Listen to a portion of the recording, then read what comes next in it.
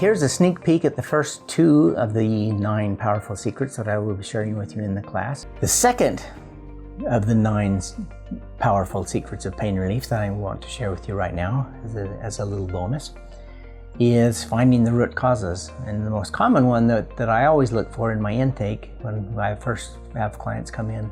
So as part of the intake, when people come in for the first time, I do an intake interview. Part of that is a physical examination. So I have them stand up and basically say, they want you to stand loosey-goosey, just want you to kick your feet and just land naturally however you land without standing like a soldier.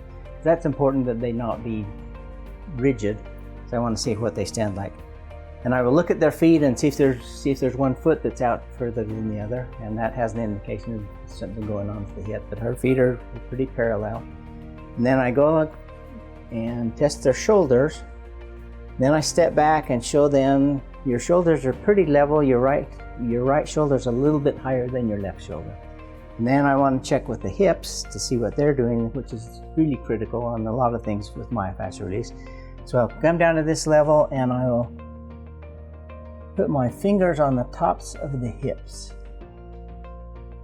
Right back about the middle of the body.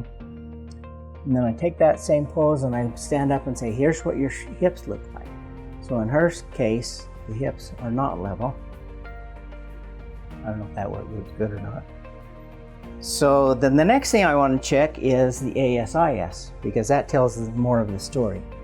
So in this case, the ASIS is right there and there, and I hope you can see that in the video, but my thumbs are level. So what that tells me is that right ilium, the fronts of the hips are level, but the right ilium is rotated, which means it makes it as if that right leg is longer. Usually what happens there is it makes it as if that right leg is longer, and so it sends the spine up sideways, and usually that if the right hip is high, then the right shoulder is low because the spine goes like that to keep them from falling over. And in her case, it's not that way. Her right shoulder is not lower, but typically it would be. So what we can do about that is release the flexor muscles in the front because they're pulling down on the front of that ilium, and we will release the psoas muscles in the back because they're pulling up on the back of that. And between the 2 of those, we can usually in about a half hour, and also using some wedges, which helps to loosen things up, we'll get that ilium to loosen up. And so that allows your spine to be heading up straight because your base is level, and so everything that's being stressed above it. The fascial system is a connective system that every cell of the body is connected to everything else. The cell walls are part of the fascial system, so everything is connected like a continuous web. So if one part of that fascial system is out of balance, it stresses everything else above and below it.